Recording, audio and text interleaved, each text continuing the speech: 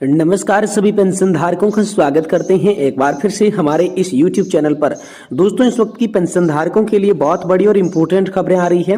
कर्मचारी भविष्य निधि संगठन की ओर से बड़ा अपडेट आया है कि 7,500 रुपए अब मिलेगी मिनिमम पेंशन। जी हां दोस्तों, ताजा अपडेट है कर्मचारी भविष्य निधि संगठन से नियमों से जुड़ा, जिसमें 7,500 रुपए की न्यूनतम पेंशन को लेकर बड़ी अपडेट आई है। तो क्या आखिरकार ईपीएफओ ने किस तरीके से फैसला लिया है और किस तरीके से 7,500 रुपए की पेंशन का जो फायदा आप सभी को देखने को मिल सकता है, इसके बारे में बात करेंगे। साथ ही हम ये भी बात करेंगे ईपीएफओ के एक और नए नियम के बारे में, जिसमें कि कम सेवा अवधि के लिए न्यूनतम लाभ जो है वो 50,000 रुपए तक आप सभी को देखने को मिलेगा।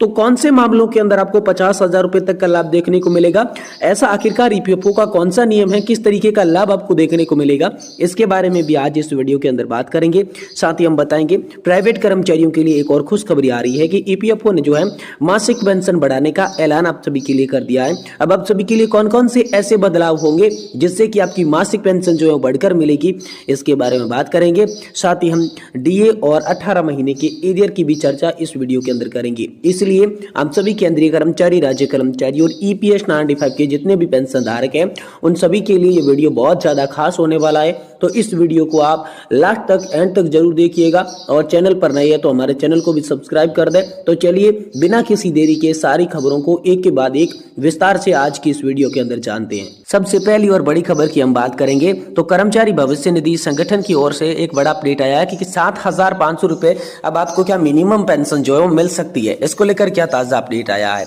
तो निजी क्षेत्र के कर्मचारियों के लिए भविष्य निधि संगठन के तहत न्यूनतम पेंशन बढ़ाने की जो मांग है वो लंबे समय से की जा रही है। बजट 2025 से पहले ईपीएस 95 सेवानिवृत्त कर्मचारियों के एक प्रतिनिधि मंडल ने वित्त मंत्री निर्मला सीतारमण से मुलाकात कर न्यूनतम पेंशन 7,500 रुपए प्रतिमाह करने, महंगाई भत्ता जोड़ने की मांग को एक बार फिर से दोहराया था। तो दोस्तों, इसी बीच आज कर्मचारी भविष्य निधि संगठन की एक अहम बैठक होने वाली है, जिसमें डिपॉजिट इंटरेस्ट रेट में कटौती पर फैसला लिया जा सकता है। यदि ऐसा होता है तो प्राइवेट सेक्टर में काम करने वाले करोड़ों कर्मचारियों को बड़ा झटका लग सकता है। सितंबर 2014 में केंद्र सरकार ने ईपीएस 95 पेंशन योजना के तहत न्यूनतम पेंशन 1,000 रुपए प्रति माह की यहाँ पर जो है तय कर दी थी।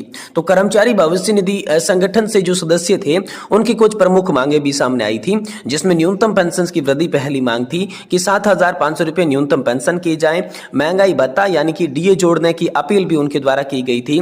सेवानिवृत्त कर्मचारी और उनके जीवन साथी के लिए मुफ्त में चिकित्सा सुविधा भी हो और उच्च पेंशन का लाभ के लिए आवेदन प्रक्रिया में और भी ज्यादा सुधार किए जाएं। ये 4 सूत्रीय जो मांगे थी वो लगातार कर्मचारी भविष्य निधि संगठन से, जो भी यहाँ पर जो है ईपीएफओ के मेंबर्स हैं, ईपीएफओ के मेंबर्स से हो रही थी, ईपीएफओ से हो रही थी, जो ईपीएस पेंशन धारक थे, जो सदस्य थे, वो मांग कर रहे थे। तो क्या वाकई में आपकी न्यूनतम पेंशन जो है वो बढ़ेगी, इसको लेकर बात करें तो ईपीएस 95 राष्ट्रीय आंदोलन समिति के अनुसार वित्त मंत्री ने प्रतिनिधिमंडल को सकारात्मक आश्वासन दिया है कि उनकी मांगों पर विचार किया जाएगा। पिछले 7-8 वर्षों से पेंशनर्स अपनी पेंशन में बढ़ोतरी की लगातार मांग कर रहे थे। अब सभी की नजरें कर्मचारी भविष्य निधि संगठन की बैठक पर टिकी हुई है कि सरकार अब इस बैठक के अंदर आप सभी के लिए कोई बड़ा फैसला ले सकती है, जिससे कर्मचारियों को काफी जो है उम्मीद नजर आ रही है। वहीं बात करें तो प्राइवेट कर्मचारियों के लिए एक और खुशखबरी है। कर्मचारी भविष्य निधि संगठन ने क्या है, मासिक पेंशन बढ़ाने का जो ऐलान किया है, उसके तहत कौन कौन से ऐसे बदलाव किए हैं जिससे पेंशन धारकों को फायदा होगा, कर्मचारियों को फायदा होगा, जो भी ईपीएफओ के अंडर में पीएफ खाता जिनका भी है उनको यहाँ पर फायदा होने वाला है। तो चलिए इसके बारे में बात करते हैं। ईपीएफओ के नए नियमों के बारे में आप सभी को यहाँ विस्तार से यहाँ पर जानकारी देते हैं। भारत में एम्प्लॉयज प्रोविडेंट फंड ऑर्गेनाइजेशन ने हाल ही में एक बड़ा फैसला लिया है, जिसमें प्राइवेट सेक्टर में कर्मचारियों को अधिक पेंशन पाने का लाभ मिल सकेगा। यह बदलाव जो है ईपीएस 95 के तहत किया गया है। इस फैसले का जो मुख्य उद्देश्य है वो कर्मचारियों की आर्थिक जो सुरक्षा है उसको मजबूत करना है और महंगाई की जो दबाव पड़ रहा है उनको कम करने का है। तो इस वीडियो के अंदर विस्तार से जानेंगे, जिसमें ईपीएस 95 योजना में जो वर्तमान वेतन है, वो वेतन सीमा जो 15,000 की रखी गई है, उसमें नया प्रस्ताव ऐड किया जाएगा और 21,000 रुपए की वेतन सीमा की जाएगी। न्यूनतम पेंशन 1,000 से 5,000 रुपए बढ़ाई जाएगी। अधिकतम पेंशन 10,050 रुपए तक होगी। कर्मचारी का योगदान वही रहेगा। नई सुविधा सिर्फ एटीएम से पीएफ निकासी, किसी भी बैंक से पीएफ पेंशन निकासी की बात की गई है। तो मुख्य बदलावों की बात करें, पहले हम बात करेंगे वेतन सीमा। तो ईपीएफओ ने वेतन सीमा को 15,000 रुपए से बढ़ाकर 21,000 रुपए करने का प्रस्ताव रखा है। इसका मतलब है कि अब अधिक वेतन पाने वाले कर्मचारियों को भी इस योजना का लाभ उठाने को मिलेगा। और दूसरी मांग थी न्यूनतम पेंशन। दूसरा नया नियम था, दूसरा संशोधन था न्यूनतम पेंशन। तो न्यूनतम पेंशन 1,000 रुपए से 7,500 रुपए करने की मांग की जा रही थी। हालांकि अभी भी विचाराधीन लाइन है, लेकिन इसे लागू होने से लाखों पेंशन धारकों को यहाँ पर राहत मिल सकती है। तीसरा है योगदान सीमा समाप्त। जी हाँ, कर्मचारी अपनी वास्तविक सैलरी का 12% तक ईपीएफओ में योगदान कर सकते हैं। पहले ये सीमा 15,000 रुपए तक की सीमित थी, लेकिन अब इसे समाप्त करने की बात चल रही है। वहीं है अगला एटीएम से पीएफ निकासी की बात। तो 2025 में कर्मचारी भविष्य निधि संगठन यानी कि ईपीएफओ सदस्य अपने प्रोविडेंट फंड यानी कि पीएफ खाते से एटीएम के जरिए पैसे निकाल पाएंगे।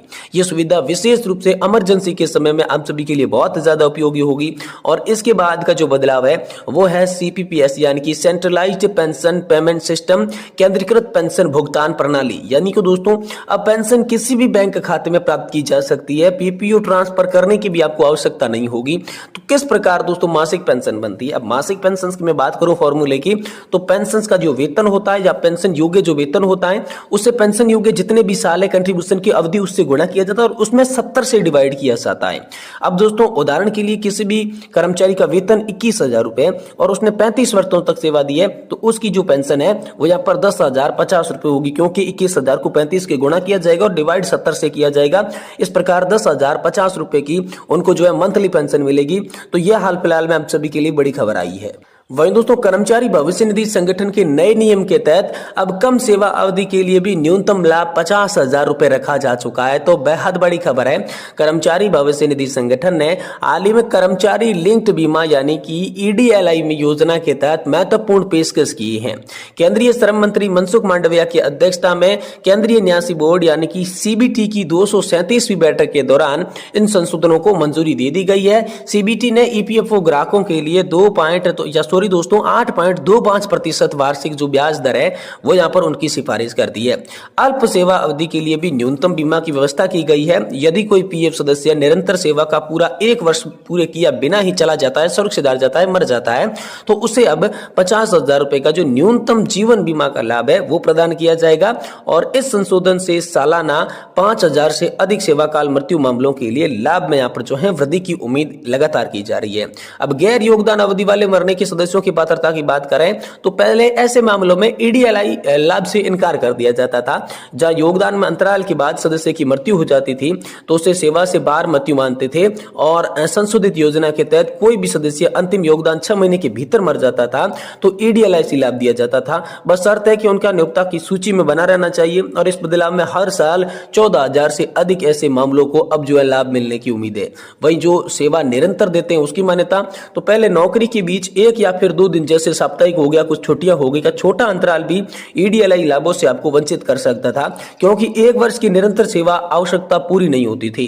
नए संशोधनों के अनुसार अब 2 रोजगार अवधियों के बीच 2 महीने तक के अंतराल को निरंतर सेवा माना जाएगा, जिसमें 2.5 लाख रुपए से लेकर 7 लाख रुपए तक का ईडीएलआई से लाभ दोस्तों हम सभी को जो है वो पात्रता की सुनिश्चित की गई है। इन सुधारों से सालाना 1000 से भी अधिक सेवा काल मृत्यु मामलों में यहाँ पर जो है मदद मिलने वाली है। तो और भी कुछ प्रमुख बदलाव ईपीएफओ ने किए हैं, जिसमें उच्च वेतन पर पेंशन यानी कि ईपीएफओ उच्च पेंशन पात्रता सुप्रीम कोर्ट के फैसले के बाद 72% आवेदनों का निपटारा कर दिया गया है। वही जनवरी 2025 से केंद्रीकृत पेंशन भुगतान प्रणाली यानी कि सीपीपीएस को लागू किया जाएगा, जिसमें यहाँ पर सभी के लिए बड़ी अपडेट आई है।